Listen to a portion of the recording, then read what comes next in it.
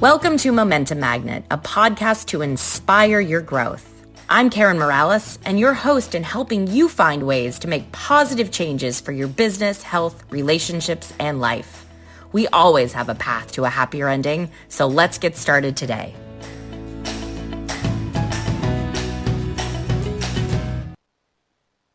Hi, everybody, and happy Friday. We're here at yet another episode of Momentum Magnet, where we give you tips and tricks so that you can make better progress in your life and business. Today, we're talking about one of the most core elements of ourselves, our personality. And one of the things that I have found to be a wonderfully helpful tool over the course of my life in both work, personal relationships, and with friendships is understanding different ways to look at yourself through new lenses. Perhaps you've heard of Myers-Briggs or the DISC profile, but today we're here to talk about the Enneagram. The Enneagram has become kind of a cult favorite in a lot of circles, entrepreneurial, business, and even, the infamous, what used to be, cocktail party.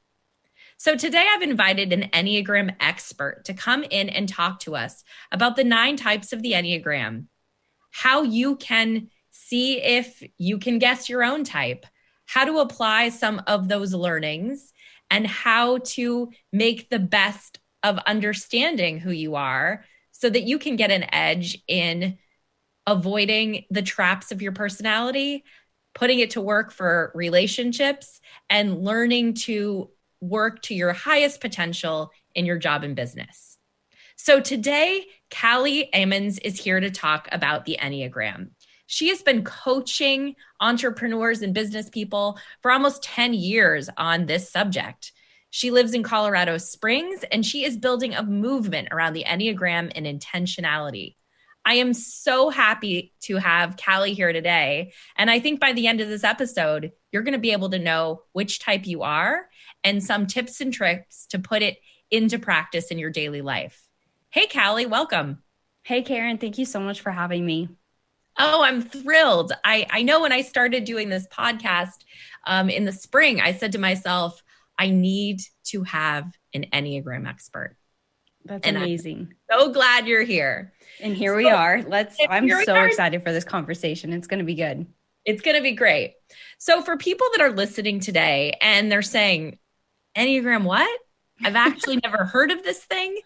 Can you start at the beginning and let people understand what the Enneagram is and how it's compared to some of the other maybe more prevalent personality types like Myers-Briggs or DISC? Totally. I think so many people get tripped up just with the word Enneagram because it sounds kind of weird. Like I'll have people be like, are you saying angiogram or what in the world are you talking about?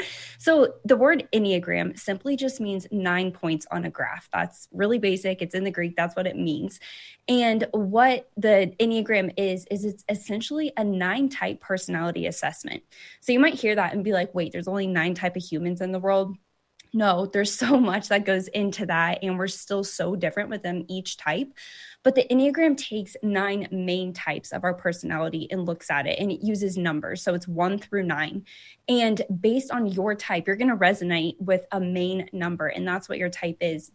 And the way that it's different than other personality assessments or quizzes or tests you might take is that the Enneagram really focuses on your internal world. So an example of this would be Karen and I both might love people and talking to people and connecting with them and helping them.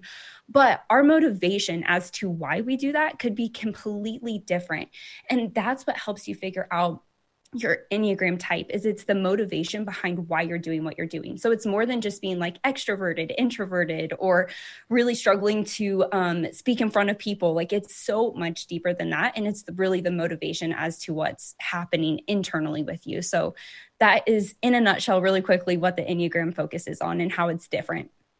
That's perfect. And one of the most unique parts of the Enneagram for me when I discovered it was as you figure out which type you are, it also helps you understand what your potential vice or Achilles heel could be, which I had never really seen in any personality type. And I know when I looked at it for myself with my own lens, I thought, wow, this is shockingly accurate. 100%. And it's so eye-opening, like more than just knowing like, okay, these are my strengths, these are my weaknesses. Like it's these red flags in the moment as you're living that show you. So like an example, last night, I was talking to my husband and I heard just some, like language coming out of my mouth that I could tell like, oh crap, I'm moving to my unhealthy places as my Enneagram type, which is great. It's not this condemning thing, but it's empowering when you start to recognize, oh, something feels out of alignment internally with me right now. Like what's going on? And that's what empowers you to get back on track into your strengths and recognizing what's happening instead of just feeling like you're randomly struggling emotionally that day. Like there's reasons as to why, and you're empowered to figure that out. So I have a question. Is it possible to figure out your Enneagram type by listening to the type descriptions, or does it really require a longer test like Myers-Briggs? Yeah, okay, this is a really, really good question. And it's probably going to sound like a shocker, but I actually don't recommend tests because they're only 60 to 80% accurate. And all experts will tell you that. And the reason is we as humans, it's really hard to test like why we're doing what we're doing. So I might be able to tell you I'm outgoing, I love people, I love talking, but it takes some time to figure out why I actually like doing that. And so when you're taking a test for the Enneagram, it's so focused on that motivation that some individuals, it's really hard to name that. So when I first tested on the Enneagram, I actually tested as a type 7 and then a type 8 the second time, but I'm a type 3. And so I believe that you can figure out your Enneagram type the best by listening to an expert teach about it and hearing the descriptions of the different types, because you're going to resonate with different types, but one of them is really going to connect with you. And when you hear someone explain the full complexity of it rather than just like answering a question on a test, it's going to give you so much confidence and insight. So you can still take a test, but just keep that in mind. Like as you get your result, it doesn't mean this is absolutely your type. There's probably further reading and investigation you can do on your own to really understand, is this me? Is this my core motivation? So yeah, I recommend reading books and listening to podcasts or working with a coach and having someone help guide you through that, because the wisdom is just so complex and there's so many layers to it. Ooh, well, I think everybody now is listening and thinking, all right, Callie, give me these types. So let's Yeah. start there, right? Let's ground the conversation in giving the quick overview of the 9 types and what you think is the most important thing to know so that people listening can really ground themselves in who they think they are. Yeah, absolutely. So we'll just start with type number 1. And remember, when I share these names, like it's easy to think of yourself like, ooh, I'm a perfectionist or I'm a peacemaker, but listen to the motivation of it. So it goes back to like why we're doing what we're doing. So the type 1 is often called the perfectionist or the reformer. And this individual's motivation is motivated on making sure everything is right in the world. They're very black and white in their thinking. So things are wrong or they're right.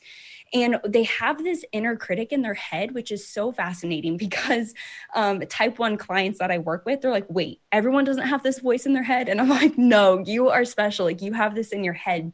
And what it is it critiques imperfections in the world. Yes, in other people, but it is most hardest on themselves. So they can walk in a room and see the crooked picture frame. They can walk into an environment and see what is broken in an organization that needs to be fixed.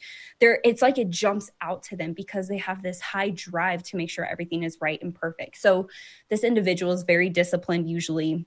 They have this like moral compass where as a kid, they often just followed the rules because the thought of breaking the rules, they just felt like they would be wrong, like unredeemable if they chose to disobey. So it's really fascinating. So that's why the type 1 gets the title perfectionist or reformer, is because they really perfect their environments and themselves. They're very inspiring individuals.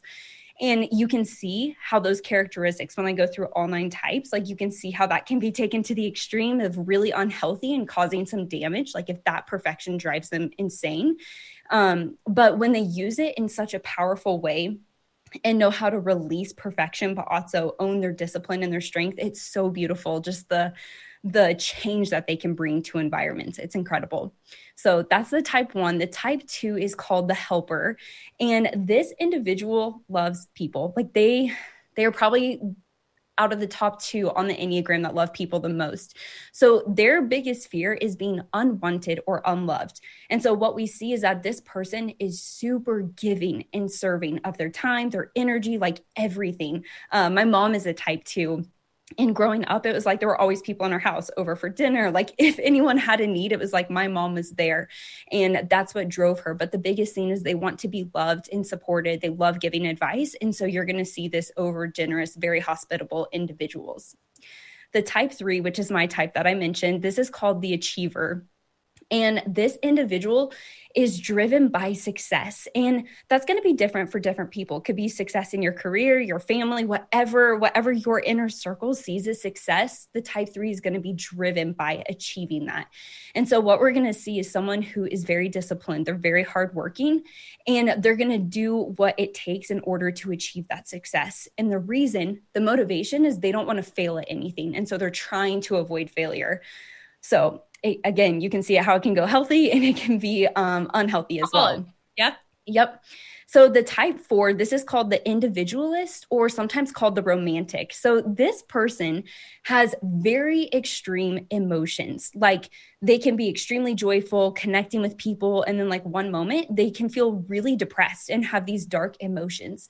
And those emotions make the type 4 feel isolated and alone and often flawed. So an example of that would be like a type 4 would think that, oh, Karen has all these amazing attributes. Like she can start a business, she can impact a bunch of people, but I'm not as good as her. And they're going to have these thoughts like something's wrong with me. I can't do what she can do. When you're sitting there and you're like, yes, you can. Like it's in you too. You're special and unique. And so the type 4, when they learn to own that uniqueness, they really bring so much creativity to the world.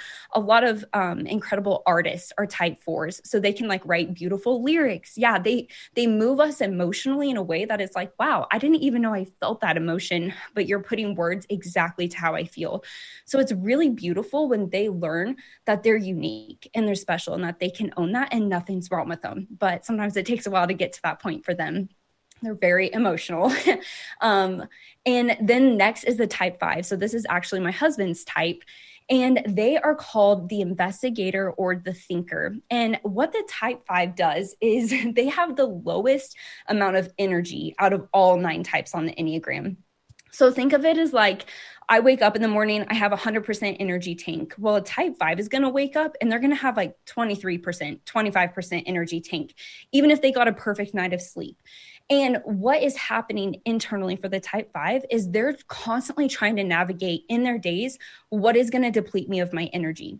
So they're a thinker or observer because they like to retreat by themselves, gather information and knowledge because that's what energizes them. So like when my husband and I first got an introvert then? Yeah, there's more layers. Like occasionally there can be social type 5s where they're a little bit more extroverted, and it feels shocking to see that, but you'll see that still at their core, they're constantly running through like this energy tank, like trying to manage it. But yes, in general, they're very isolated. So like when I first got married to my husband, I would be like, come on, let's do this. And he's like exhausted. And I would think he was just being lazy, but he's like, what is wrong with her? She needs to chill and slow down. So we just thought so differently because of our energy being so drastically different.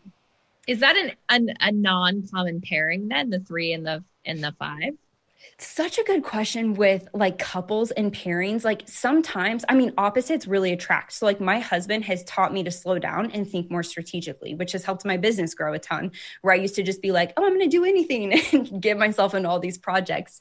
And then vice versa. I've been able to help him take more action. So sometimes, yeah, people are attracted to the opposite, where you will see these kind of like drastic Enneagram types paired together. And when both are healthy, it can be really empowering. And if both are unhealthy, it's destructible like in that marriage or relationship. So that's interesting. Great question. So next is the type 6. This individual is called the loyalist, and their title is perfect. Like they are so loyal to people because they want people to be loyal to them. So I think of like one of my family members who's a type 6, and it's like he knows everyone in the world. It feels like every state he has a connection with someone. And what he does is this individual is creating these connections so that they're never abandoned in life. They really seek security, and they seek this through people. Type 6s are the most anxious on the Enneagram. So anxiety really is prevalent in their life. And the reason is they believe if they think through worst case scenarios all the time, then they're going to be prepared for it. But you'll see these extremes. So I have a type 6 that I interviewed recently, and she was telling me like playing through like car wrecks or deaths or just like crazy things happening all the time is like her normal everyday routine. And I'm like, what?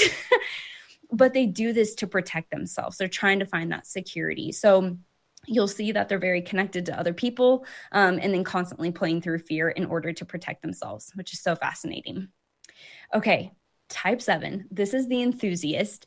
So type 7s have very high energy, very opposite of the type 5. They have so much energy in life because they seek happiness, satisfaction, and fulfillment. And so oftentimes you're going to see type 7s have a full plate, a full schedule because it energizes them. They love it. They love going from one thing to the next because they're constantly seeking that adventure, that excitement. And that's what fuels them and carries them. Again, you can see how that can go extreme and be unhealthy because sometimes it's good to slow down and be present. But it's also really beautiful when 7s are healthy because they help a lot of us in life have fun and continue to take action when a lot of people are held back by fear. So it's really empowering. But this individual is often like the life of the party. They're going to bring energy into a space and you can just feel their energy, like you feed off of them.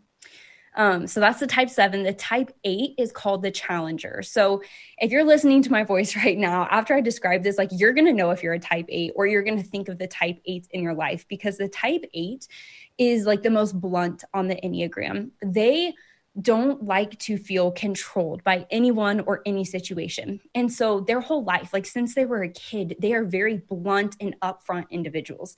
So it's like, Callie, I don't like your shirt. They don't think that's rude. They're just like telling me what they see, what they think, like if it's a close friend. And they're like, that's being a better friend, is being honest and truthful. And so type 8s can often offend people. That's why they're called the challengers, because they challenge situations. They challenge the status quo. And again, this is why they're incredible leaders, is because they can pave the way, really pushing past people's opinions, not caring, and leading people in a really clear direction. But of course, it can be damaging if they're not having empathy and compassion towards people. But the type 8, the biggest motivation is that they don't want to be controlled by anyone or anything. And that's why you see that really tough, upfront, blunt type of personality. So then the last one is the type 9, and this is called the peacemaker. They are like the sweethearts of the Enneagram. So the type 9 really understands all 9 types. So if I'm talking to a type 9, Karen's also talking to a type 9, and Karen and I are in a disagreement with each other, the type 9 is totally going to understand both of our perspectives. They're going to be like, yeah, I see where she's coming from and I see where Karen's coming from. Like, makes complete sense. Because of this is why they're called the peacemaker, is they can go with the flow because they're so understanding of everyone. Now, what can be dangerous is that the type 9 loses themselves and they're not in touch with their reality, their wants, their desires, and their passions because they understand everyone else. And what they're trying to do is to avoid conflict or tension. They don't like any tension. And so they're keeping the peace. They're keeping this very safe environment, a warm feeling when you're around them. And so when a 9 is healthy, it's beautiful how they're able to really help connect people, but also stand their own ground. And you can see how it's unhealthy when they're just trying to keep the peace and avoid conflict and not face challenging or difficult situations. But yeah, that's the motivation of the 9, is really wanting to avoid any kind of tension or any discomfort that could arise. I love that. You did such a great job giving a quick synopsis of all the types. So I have a question for you. Let's test your knowledge. What do you think I am? Let me ask you a few questions. Okay, let's do it. What is your favorite part about the work that you get to do every day? Helping people and having it always be changing and different and exciting. Okay, so the change and the excitement, like that gets you out of bed every morning. It's like, okay, what are we doing today? Absolutely. Awesome. I think repetitive routine is not me. Does it make you feel like trapped in a box when it's repetitive? Mm-hmm. Okay. And have you always been that way? Like since you were young? Child. Okay. Hated rules. Okay. What about routines? Like in your personal life, do you enjoy routines? You're like, no. Nope, that's a hard no. Do not enjoy routines. I know they're good for me and I have to put them into my life because it makes me more successful, but I am not hardwired to do anything the same ever. Has it been hard, like with your business, just being disciplined or getting tasks done? Like, do you ever find yourself procrastinating things, or are you pretty fast at taking action and getting stuff done? Because I'm very good at being fast and taking action. I do not enjoy the details. So I have to surround myself with team members that enjoy the intense details and tiny little things. Right. Like the type ones. See, that's wisdom, Karen. Like outsourcing your weaknesses, like that's how to utilize the Enneagram. I love hearing that because it's not that like, oh, you have to grow and being like super detailed all the time, but it's like, no, surround yourself with people who are really good at it. It's awesome. Okay. One last question and then I'll take a guess. Tell me a little bit more about the helping people. Like, why does that give you so much life? Why is that exciting to you? I think since I was a little child, one of my key strengths in life was to always see the positive in every situation and always see the potential of a person, a situation, an outcome, a problem. So problems never scare me. Solutions inspire me. And making, momentum and positive change is what lights me up. So from being, voted most dependable class mom in high school to being sort of the unofficial, Dear Abby columnist of all my friends. It's always been a role. So it's not surprising businesses pay me to help them solve tough marketing problems because that's what I've always done. Yeah, that makes complete sense. You sound very futuristic. Like you can see the potential in people maybe before they see it in themselves. And so you have like this futuristic mindset and you help people get there, correct? I'm always looking forward as opposed to being here or backwards. Yep. Okay, you 100% sound like a type 7. I 100% am a type 7.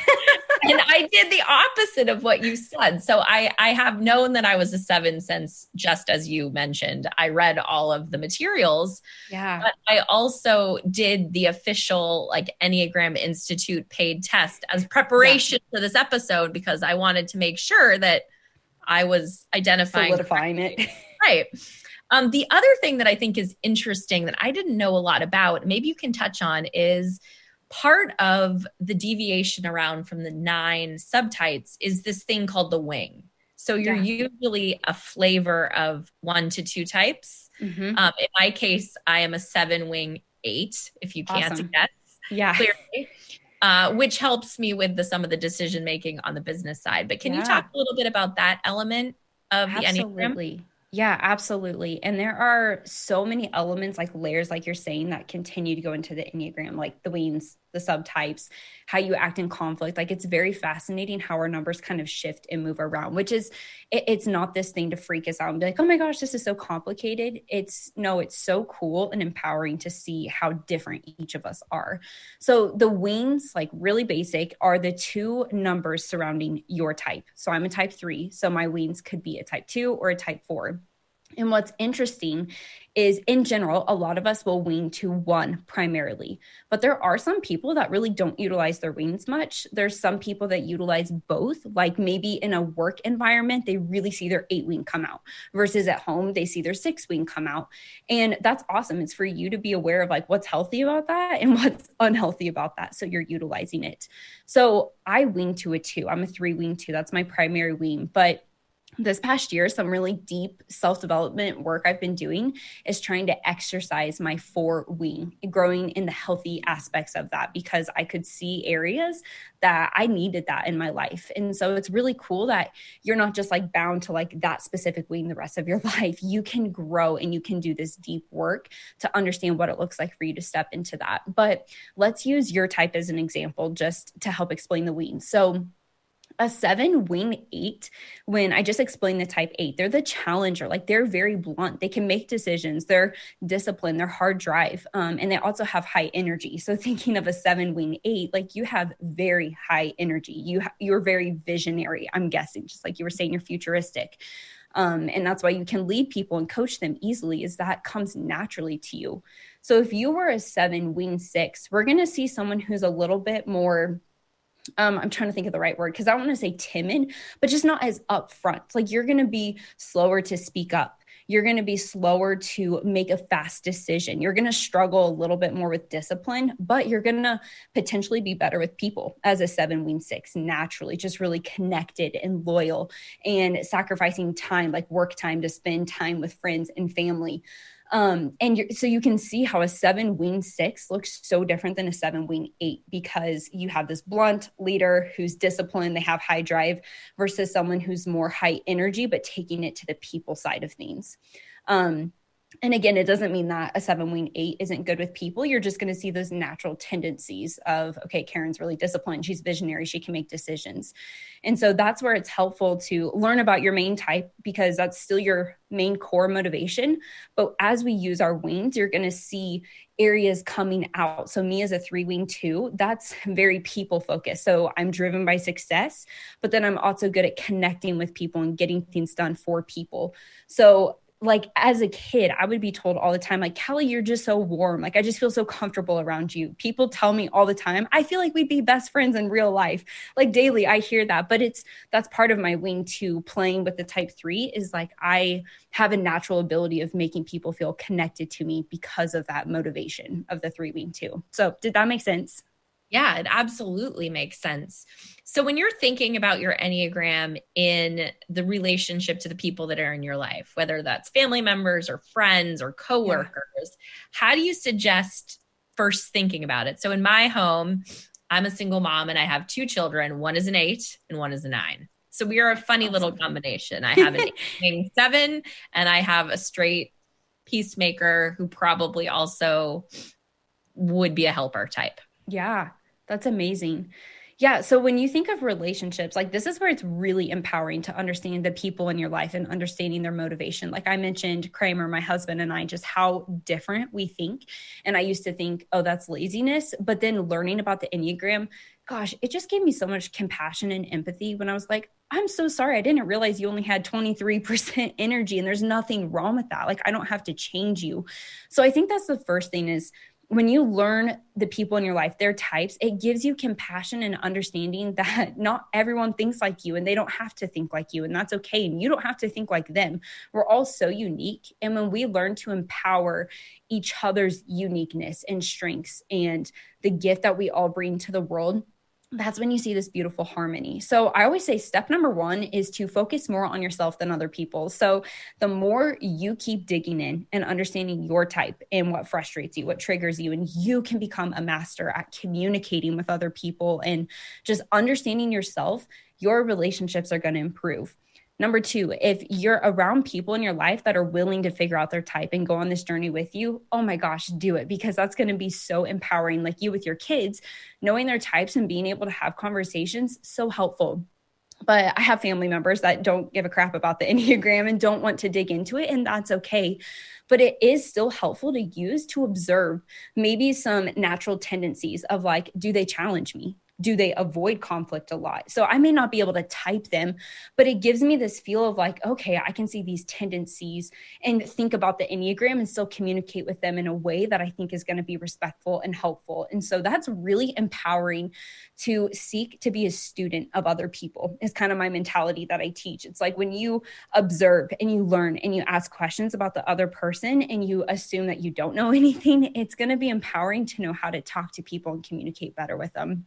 Now, there's so many more layers that you can dive into. So like with your kids, I don't know if you guys have done this, but there's ways that we all act in conflict and we can look different. You kind of move to different triads is what it's called. So my husband and I, the 3 and the 5, actually look the exact same in conflict. We take a logical approach. It's so fascinating. And so for us, we've had to learn, like, when we're in conflict, how do we resolve this quickly by both knowing each other's conflict coping styles, and how do we not just approach it logically, but bring some emotion and empathy into our discussions, because that's not natural for us. And it's really empowering with the people you're close to in your life to understand how they handle conflict and how to figure out a middle ground together. And just to have that common language of like, you know, I walk into the room and Kramer's like, hey, my energy tank feels so low, and I really care to hear about that tough conversation you had with a client, but can we talk about this in 2 hours? And I can be like, oh my gosh, yeah, thank you so much for communicating that with me. versus before I used to think like, wow, what a jerk. He's not listening to me, because we didn't have that common Enneagram language to use. And so that's where it's empowering in relationships, is when you learn to both communicate above and beyond and tie it into your type so that you can understand like, okay, here's what we can do and here's how we can move toward a solution. That's interesting. Can you talk a little bit about what the different types do or fall back on when it comes to communication or conflict? That's really interesting. Yeah. Okay. So there's two different types of triads. So there's the conflict, how we all handle conflict.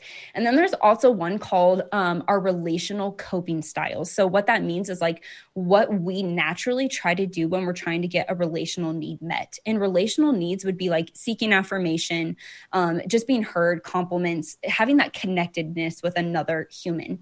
And so the conflict coping styles, there's three of them.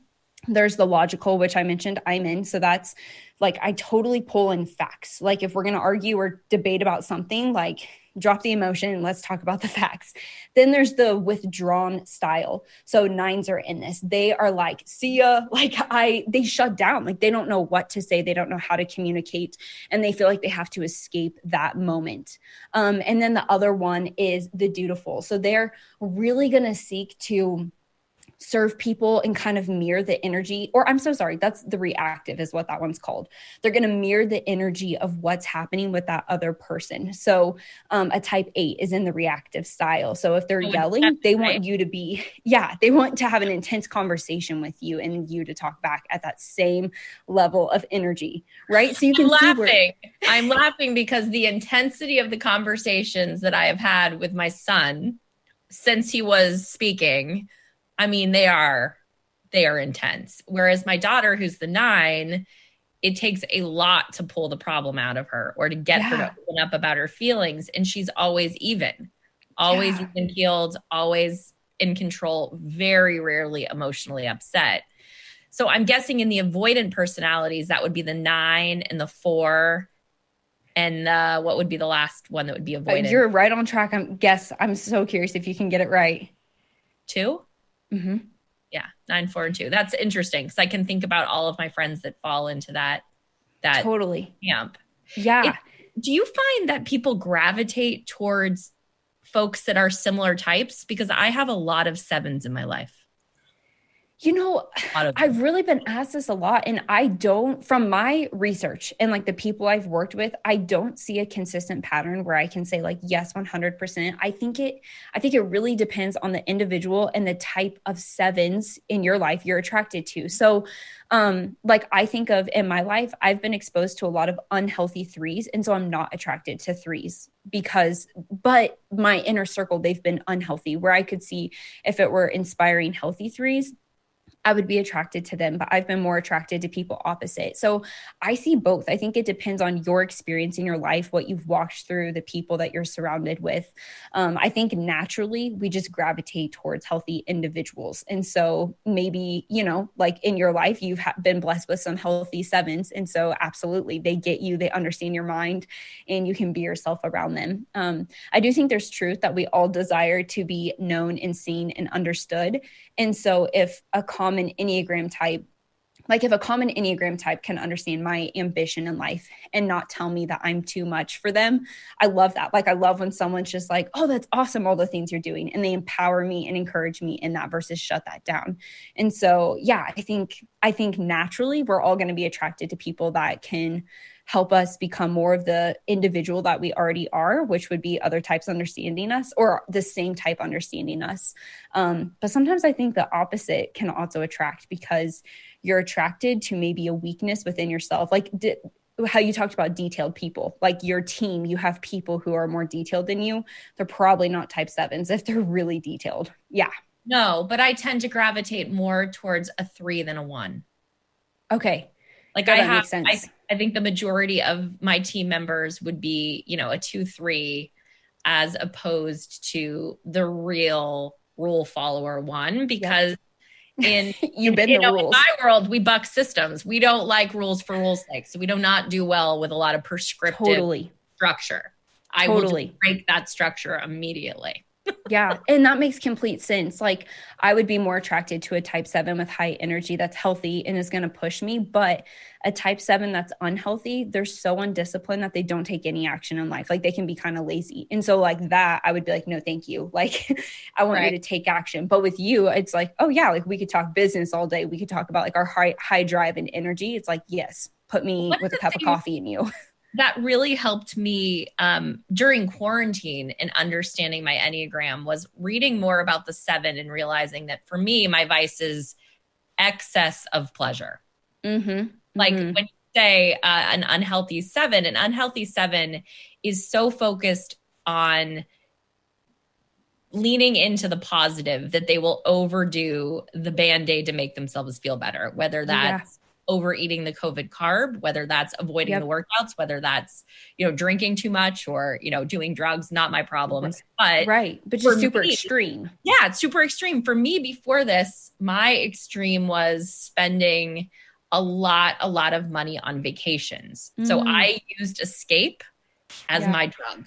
Yeah. And I spent all of 2019 on a plane or planning a vacation. So as the world shut down in the spring, it was an interesting test for me to say, hey, girl, you're going to have to deal with your hard feelings staying at Yeah. home and not avoiding them. Yeah. How did you handle that? Like I'm just curious, like as a type 7 in COVID, like especially in the beginning, like being quarantined, like how did you work through that? Because the 7 clients I've worked with definitely struggled the most. It was really hard. I mean, I would do anything to try to instill a lack of structure or routine, whether that was getting interesting food delivered, trying to cook new things, making new recipes, trying new shows, downloading new Yeah. video games. I mean, I was still always looking for, an avoidant thing. And then Hmm. funnily, strangely enough, I ended up breaking both feet about Oh my 8 weeks word. in quarantine. So it was as if the universe said, we're going to take your positivity escape mechanisms and we're going to take them all away. And Wow. you're going to just deal with not being that happy stuck at home. Yeah. Oh my Homeschooling. gosh. So it was interesting, but I think it was a good lesson to come back from.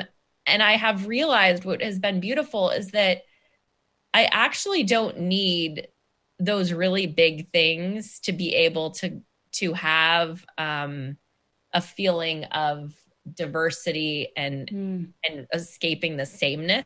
that Hmm. that predictability is something that is very off-putting to me. So there's ways in which I can do it that don't have to be so drastic. So there's been Yeah. a lot of positive things for me in quarantine in terms of like spending time on boosting my savings and making my Yep. business run more economically efficient and Yep. looking at all those wins, but with a different lens of how do you add that added feeling of special without it having to be something very grand. Yeah, I love that. And I love how you shared examples that you were like creative just in different ways. Like, okay, so 2019 was all this like traveling, elaborate trips, but you did try to control what you could control at home of like, okay, how can I be creative with ordering fun food or making something different? Like, that's what I think is empowering. It's like, yes, knowing your motivation of like, okay, am I trying to escape something or am I trying to lean into my strength of like being creative and have fun? And that's what is so healthy and empowering is when you can distinguish that different motivation of what's happening and those types leaning into that power. Cause it's like, as a 7 during quarantine, if you just completely shut down and gave up and you're like, fine, screw it. Like, I'm not going to have any fun. I'm not going to be creative. Like, that would lead you to a place of depression and unhealth. And so, yeah, it's like, okay, 7s need to figure out how to have some fun during quarantine, and 1s need to organize their whole house again and like have fun doing that and creating structures. It's like, learning that nothing's wrong with you for having that desire, but learning how to bring that out of yourself, which I mean, it sounds like it was a great and fruitful season for you that you learned so much through it, which is awesome. It was. And as I was preparing for this episode, I did listen to a lot of podcasts. And one of the neat little nuggets I got for my personality type was this idea that a 7 becomes really healthy when they realize they need to focus on quality, not quantity. Yep. It's that idea of it doesn't have to be a million things that are different and Yeah. exciting and fun. one thing with the right impact is enough. And we Yep. need to err on the side of a little less Yeah. Yeah. extreme and a little more predictability, which has been an interesting and fun lesson. And that is the part of the Enneagram that I feel like has really changed the way I approach my work and I approach my life. And it has a little bit of an easier way to wrap yourself around the watchouts, I think, than even the DISC or the Myers-Briggs, Yep. which tells you a lot, but doesn't give you a lot of those actionable steps of how to make an improvement today based on where you are and what your natural tendencies look like. I love that. And it's like, it's never ending either. That's the thing. It's like, we're all going to go in seasons of like being really healthy and then getting locked down for COVID. And it's like, wow, I'm struggling emotionally with this. Like life is so like up and down. And that's the cool thing is the Enneagram isn't just like, oh, take a test, find your number, now you're done. But no, it's this continual journey. Like you said, it's like, how do I apply this wisdom today to help empower me to love my life and continue to experience growth? No matter where you are, with like no judgment, but just taking notice of yourself and being able to make those small implemental changes, which is so empowering. But I love that you tied that in with type 7s, that it's like you can still have creativity or something different change in your life, but it doesn't have to be this extreme elaborate thing. And for 7s, it's like when you're fully present in your life, just okay to slow down, okay to do the one different thing. It's beautiful because you actually start to enjoy it and experience that fulfillment so much more because you've slowed yourself down instead of doing something in the moment, but your mind is like 10 years in advance already and you're missing out. 100%. So people that are listening today and saying that they want to dive deeper into the Enneagram and really learn about the types and the shadow sides of these different personalities, what is a great first book for them to read? I personally love The Road Back to You. It's by Ian Cron. He just did a really good job at keeping it simple, but also going a little bit deeper to help you understand the complexity. And he's really great at storytelling. So you don't feel like it's just all this knowledge being shoved, but he storytells and really helps make, oh, okay, that's what it means to live this out and to look like that. So The Road Back to You by Ian Cron, definitely the first book I would recommend. We will definitely link that into our show notes. Perfect. So if somebody is interested in working with you directly, can you talk a little bit about how you teach people about the Enneagram and what kind of services you offer?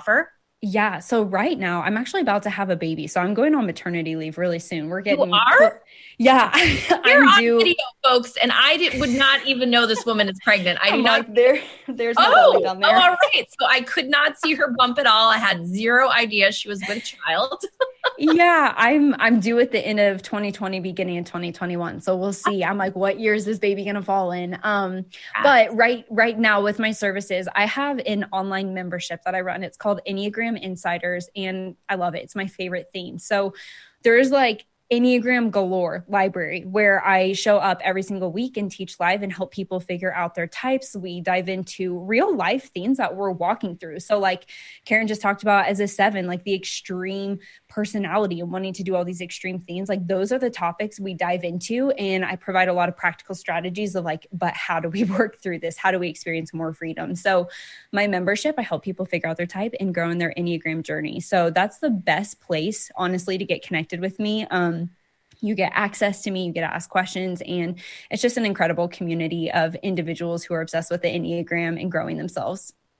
I love that. So your website, let's give it to everybody one more time, and then we'll also link it in the show notes. Perfect. Yeah, that's CallieAmmons.com, and you'll pretty much find everything there. My podcast, blog posts, membership, all of it. Fantastic. Well, I think everybody is probably Googling their personality type right now or trying to learn a little bit more. And I really thank you for joining us today. You know, Momentum Magnet is here every Friday talking about things that you can add to your life and business to help you make more progress and momentum. We always have our podcast linked on iTunes and Spotify and Pandora. We love reviews and give yourself a chance to tell us what you think of the episode, what you found out that you were, and let us know if you want to have more content about the Enneagram, because I certainly love this topic myself. And if you'd like to reach out directly, you can find us at momentummagnet.com. I'm Karen Morales, a marketing agency owner of Marketing Magnet, and we have been so happy to have you today.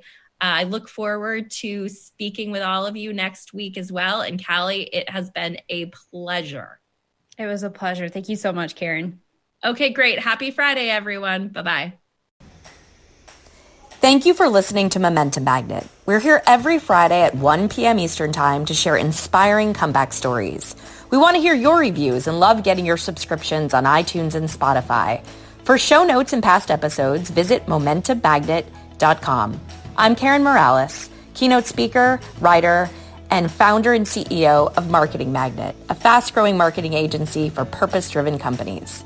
Whether you are a business needing an agency or if you are looking for weekly tips to get ahead, sign up at marketing-magnet.com to receive our weekly inspiration on getting more in your life and business.